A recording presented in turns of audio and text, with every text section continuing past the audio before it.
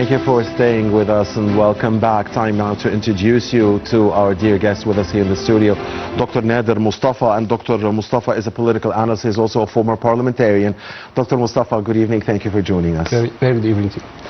Dr. Mostafa, Egypt maintains balance through a steadfast commitment to core principles of international law and the parameters set forth in the United Nations Charter. Chief among these are the preservation of state sovereignty, territorial integrity, respect for national institutions, rejection of external interference in internal affairs. Please talk to us more about some of the parameters of Egypt's foreign policy. Let me first speak generally about the Egyptian foreign policy. It's very hard today to apply policy like the Egyptian one. How come a country in a very critical situation of neighbor, of the region, of the international economic and political situation can manage in this very hard position? We realize lots of comments about the situation in the Middle East from all sides in the world. We can also stop on a very critical and very important basics of our policy, like to being honored, being depend on the ethics, depending on the values. We find that many big superpowers in the world didn't apply what they keep apply this on others. They keep speak about human rights, they keep speak about dignity, they keep speak about being honorable. Only words. Yeah, only words. When it comes to the reality, we realize that they don't apply this. And Gaza is example, Libya is example, Sudan is example.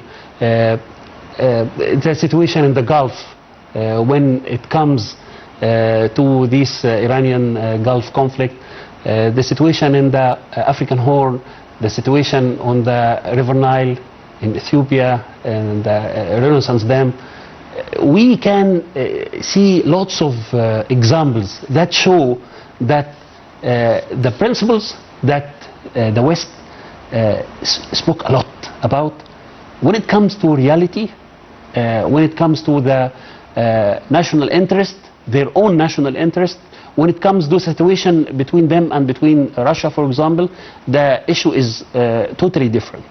But the true exam proof that the Egyptian mentality, the Egyptian institutions, the Egyptian policies, the Egyptian army, the Egyptian foreign policy, all these institutions and principles are going in a right way, not only for the Egypt's benefit, it's always for the betterness, for keeping peace, for solving the problems and troubles, trying to manage in a very hard situation, as I said, in the region that affect the political, the military, and the economy of the whole world. Here we realize that whenever there is a problem in petroleum, for example, all suffers. Whenever there is a problem on the sea lines and shipping issue, whole world suffer. So we really want bitterness. We really want the situation to become stable in the whole world, and we managed to deal with all countries. We didn't deal with group against group or party against others. And no agenda except for the welfare of all, the prosperity of all, the development of all corporations. Yes. And on the same time, we don't do tax against others, and this is very clear. And this is, as I said, the honorable kind of policy and the way. What do you mean by tax against? We don't need tricks. Any kind of tricks or any kind of again, no hidden agenda. Yeah, there is no hidden agenda. There is nothing like we don't play for a negative kind of situation. Clarity, there's clarity. Crystal clear. Crystal clear. I mean, Dr. Mostafa, I mean, you mentioned the Middle East and how difficult the situation is in the Middle East, and indeed, it is easier to find a spot in the Middle East where there is a problem or a conflict or a war or a humanitarian tragedy than it is to find a place that is, you know, safe, secure, stable, and peaceful, say like Egypt. So how difficult is it, I mean, especially in this time, to you know, to play this role, and how important again is it to stick to this role of, you know, impartiality, balance, talking to everyone, having the trust of everyone, not creating any animosities against anyone? It's as difficult as you keep yourself stable in a very hard situation. It's also something like, you know, keep control on yourself. Others are committing mistakes and troubles and trying to harm you by all means, but you are playing in a very clever way, in a very stable way, let me say, without any kind of nervousness or any kind of losing control of your impressions and your words and your dealing with the world. You know, it's very important that we are keeping this kind of control, but the issue is that others are thinking that the more you are having this Egyptian kind of wisdom, the wisdom that we are learning it through our generations. It's embedded. Yes. Rooted in history. Yeah, under our skin, as people say. We are having this kind of wisdom. This is our history. This is our civilization. Yes. Once one will not understand this well, he definitely will put himself in a very kind of, like, you know, problematic situation, you know. Are you saying that this or that party can get an illusion, that Egypt actually, like, you know, is not acting strongly enough, or should act in a stronger way? Is that what what you're saying? Understanding our patients. Right. Yeah. Okay. Because that would get us to the dam, the Renaissance Dam. I want to ask you about this. I think you also talked about it in your first statement. This is a situation where Egypt again wants, you know, the respect of international law, treaties, and so on, but at the same time it won't allow to be deprived of its rights. That is, you know, vital for the life. The Nile River is the lifeline for Egypt. So there's an example where some provocations are coming out from Ethiopia. And, you know, some are saying, you know, Egypt could have a stronger response.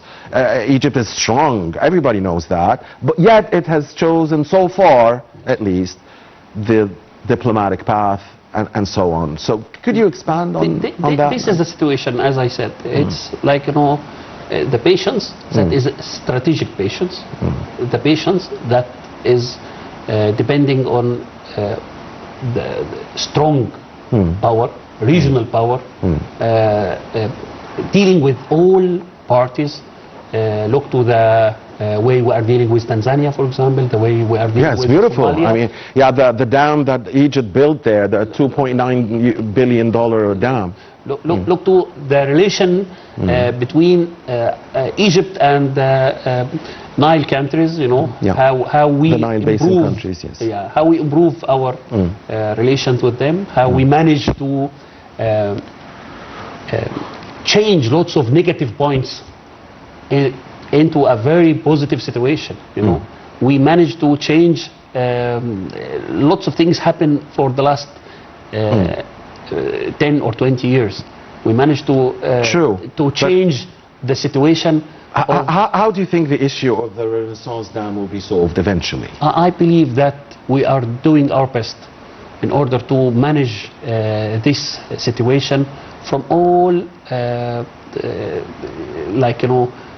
from all kind of problems and troubles that was happening. We are managing economically, politically, in the military level, on the situation in the water, situation with the countries. I believe that we are also trying our best in order to make the whole world understand the situation. This is the Egyptian people's life. This is something which is vital. This is important not only for Egypt but also for Sudan. Right. And the danger that this dam can cause is very clear. Existential yeah, danger. very clear. We manage this kind of talks in the United Nations, for example, with the superpowers, with the regional powers. We make each and everybody understand that Egypt did its best to understand, illustrate, make each and everybody know how dangerous the situation is. And on the same time, as I said, some people are and some countries are not understanding the Egyptian patients in a very, they didn't translate it truly. They didn't get and someone would respond, Dr. Mostafa, and tell you patient has limits, right? Yes, I mean, yes, so that's sure. And it's not only patients, but it's patients with relations with countries, with dealing with the situation on land, and getting more and more strong and powerful and able. This is not kind of negative patients, but it's very positive patients.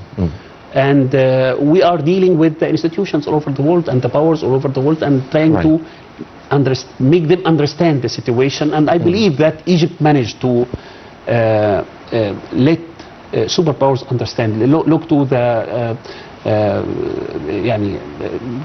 way that United States deal with the issue.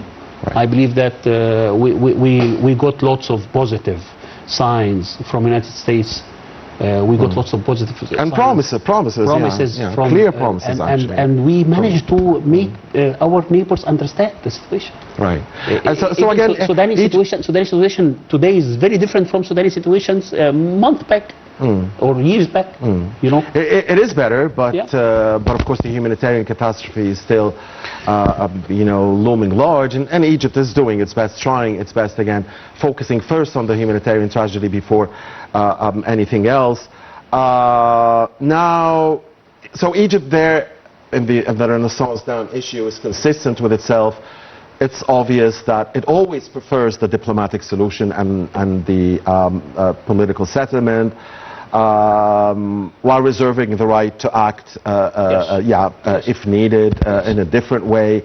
I want to ask you also about the Mecca tripartite agreement and the Red Sea coalition, because there is another example. Egypt has not yet made a decision. Yes. But Cairo said it is studying the matters thoroughly from the constitutional standpoint, and legal and technical and you name it.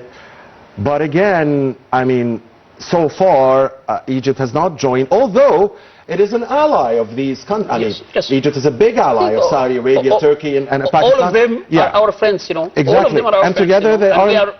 We are having treaties with most of them. Absolutely, unilateral, bilaterally. Better relation. Right. Better relation, and we also changed our relations. Right. Years ago, situation was not like that. Right. Today we are having a very good relation, for example, with Turkey. Absolutely, and we have the R4. The quadrilateral group, that a political, diplomatic group that is, meeting regularly. Egypt joining again there, Saudi Arabia, Turkey, and Pakistan, but Egypt has not yet joined and not yet made a final decision on joining the Mecca agreement, nor the Red Sea coalition, which is led by Saudi Arabia. What do you think again? The most important thing is that we are not doing anything against any country.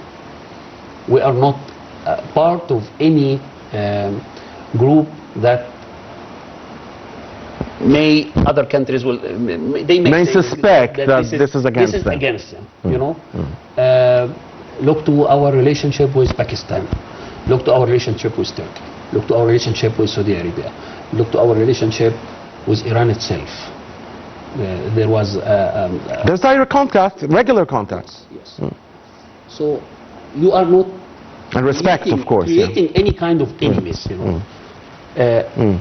Although you are having cooperation, mutual understanding, kind of economic, political, military relation with all, respected relation. Bilateral relation is going very well. Meetings, we are going to them, they are going to us. Right. So we are dealing properly, positively, with all, and getting respect from all. Mutual and respect. Once any kind of problem happen in Egypt, each and everyone is saying that it's not me, which is very which give you very good impression that nobody want Egypt to get angry of him. Absolutely. You know, this is for me was like, you know, it's very nice impression. It's very good to feel that you are. But it seems you are in peace. Right. In a situation that is far away from peace, very far from peace. Sorry to interrupt you here, Dr. Mostafa. Of course, what you're saying, you know, most analysts would agree with, but they would tell you that there is a country that seemingly is not worried about Egypt getting angry. We're back to the Renaissance dam again. I mean, it's seemingly, I mean, there is a miscalculation there from the part of our neighbors in the south. That's okay. That's okay. Again, we are in a very positive way of being patient. Okay. That also need to think a lot about it. That also need to deal with this situation in a very calm and to manage this situation. And I believe that Egyptian institutions are able to manage this kind of institution. Okay. We managed the issue of Renaissance Dam years ago. We managed to deal with the water issue, crisis issue, bad scenarios. You know, this is not something that happened this year or a few months back. I mean, this is now almost how many years? You know, it's like, yeah, right. But because there are pressing issues now, like Ethiopia says it's going to build 3 more dams, and there is a provocative language coming out from there saying that we will not coordinate, stuff like that. I mean, this is provocation. Many times they said this. This is not also new. But again, being strong, being able to manage your right. I mean, because you could act any given time you choose. Yes. I mean, maybe you have the ability. Yes. You're capable. It's as simple as that. And you are moving. You are moving. Right. You are moving toward the solution. You know, by each and every way. You know, and this is what our foreign minister usually said.